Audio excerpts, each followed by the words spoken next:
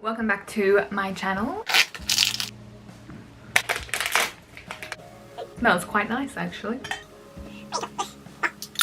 Okay, that's brewing. So I'm going to talk about journaling today.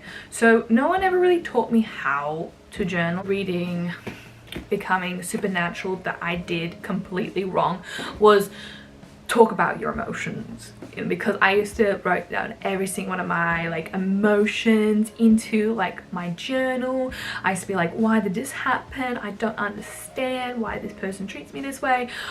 And then I used to be like, oh, how can I change myself? Turns out thinking too much of the past rather than the future. So even though in my head I was like, oh, I want XYZ, I never believed I could get it straight away. So with journaling and manifestation, it goes hand in hand.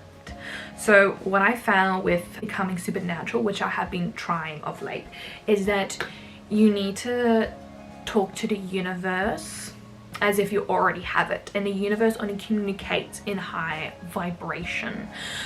But first you need to give back. So that's what I have been doing of late, and I have myself a giant journal. Thank you for my health, thank you for the clean water, thank you for XYZ, thank you for this, thank you for the internet. Will it make you, happier? I believe it does. Well, at the very least, it will make you into a cup half full person. So I like that. The next one is visualize your future. What do you want your future to look like? So last year, before 2025, I made myself a little vision board. So that's what it is. So it has, because the thing in the book, it says just be delusional. So I was like, I'm going to have, I don't know, my dream body. I'm gonna have food, and I'm gonna have,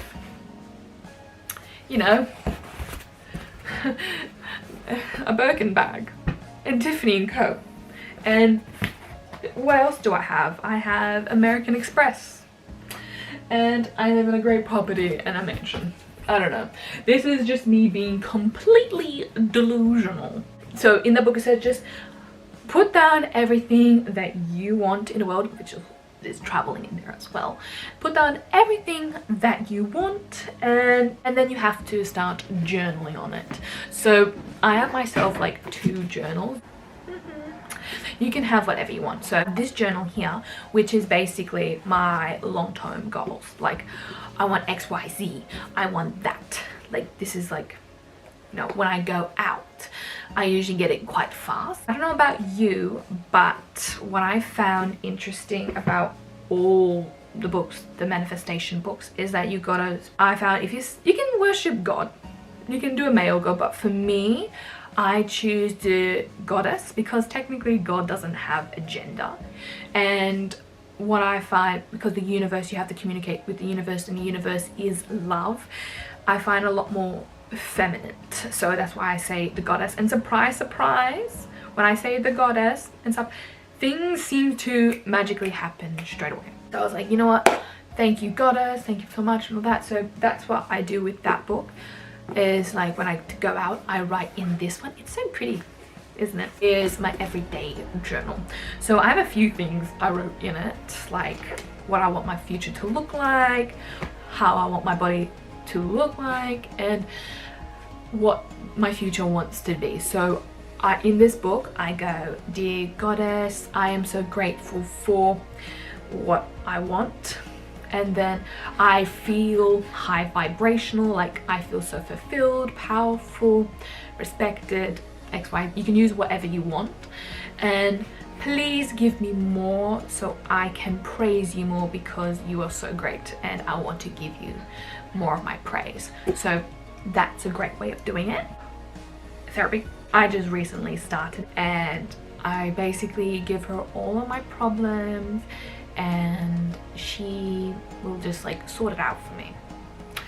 I kind of think of therapy as you're in the boxing ring of life, and they're there as your personal coach. So kind of think of them as like, if athletes have a coach, so can you.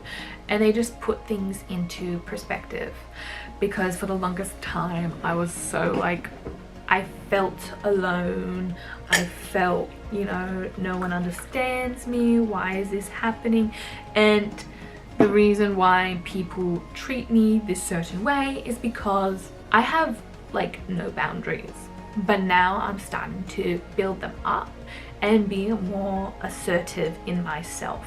And I think a lot of that came from becoming supernatural, because in the book it talks about like, visualize what you want from your future and act towards it. And sometimes when you have to act towards it, you have to relive old things that happened in the past so you can become a better person and figure out like, you know, are these people growing me? Are they giving me value? Are we on the same frequency? Because for the longest time I was like, I felt so alone. But now I'm starting to feel like, hey, wait on a second. God's rejection is God's protection. And after reading Reality Trend Surfing, where it says, the universe will either take away what no longer serves you or give you something better.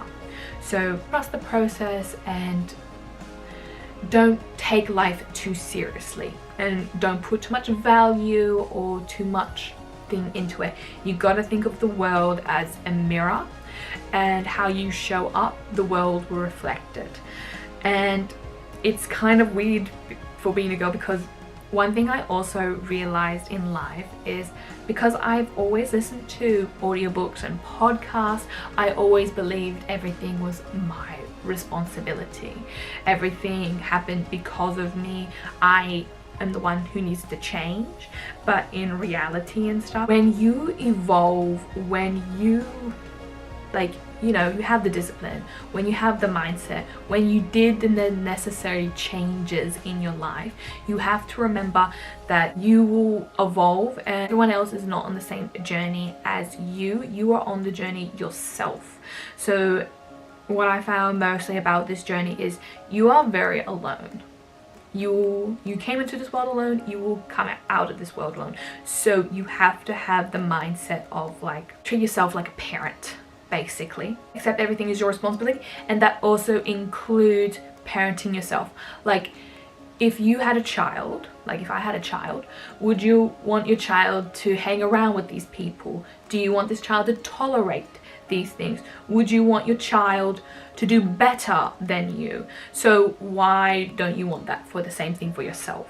So that's why you got to treat yourself like a child, and the best way to do it is through journaling, because in journaling not only will you track yourself, but you will also realize old patterns that no longer serve you, mindsets that no longer serve you, and even the people around you.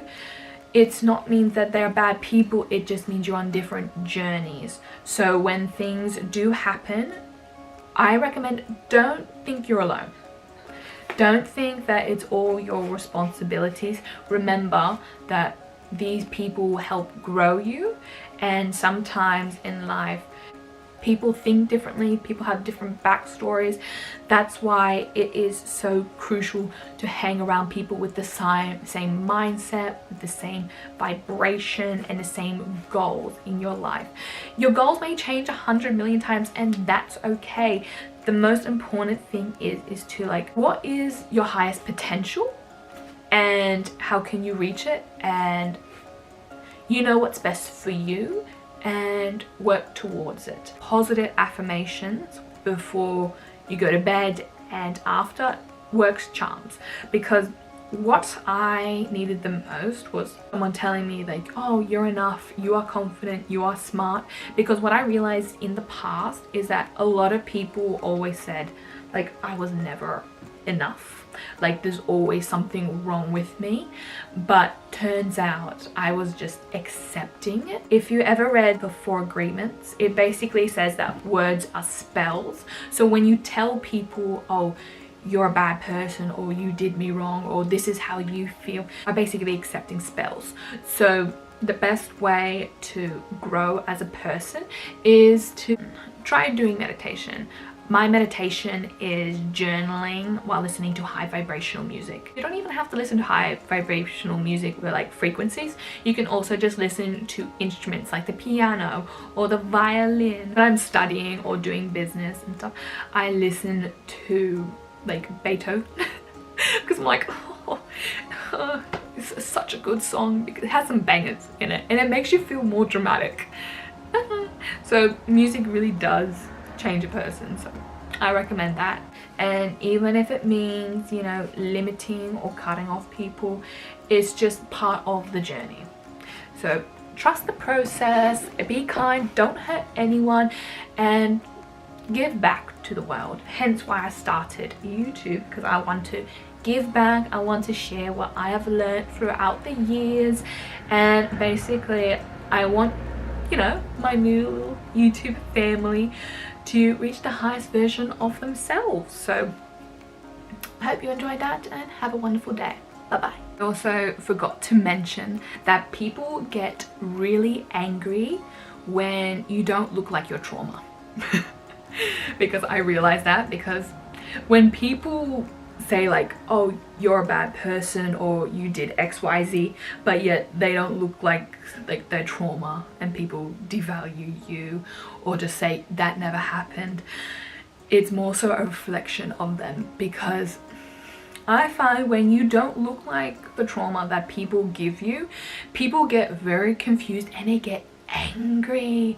Like they get very angry, and then you're just sitting there going, what the hell, like I changed myself so much, yet I still receive the same treatment. Like I can't win, I can't lose. So that's another thing that you have to realize when you go on this like self-development journey, is that people will get angry and dismissal of your success, but that just means that you're on the right path. When you do the healing, when you do the inner work, don't get angry at the people, just show them the way. Become the change you want to be. No, you become the change you want to see. So instead of telling people they should change, change yourself first. And also, when you dress nice, you feel nice. But that's what I recommend. And yeah, so remember that if people are not growing you, that's on them. I don't know. But yeah, choose love over suffering. So there you go, and you're not alone, and we're all on this floating planet together. So have a nice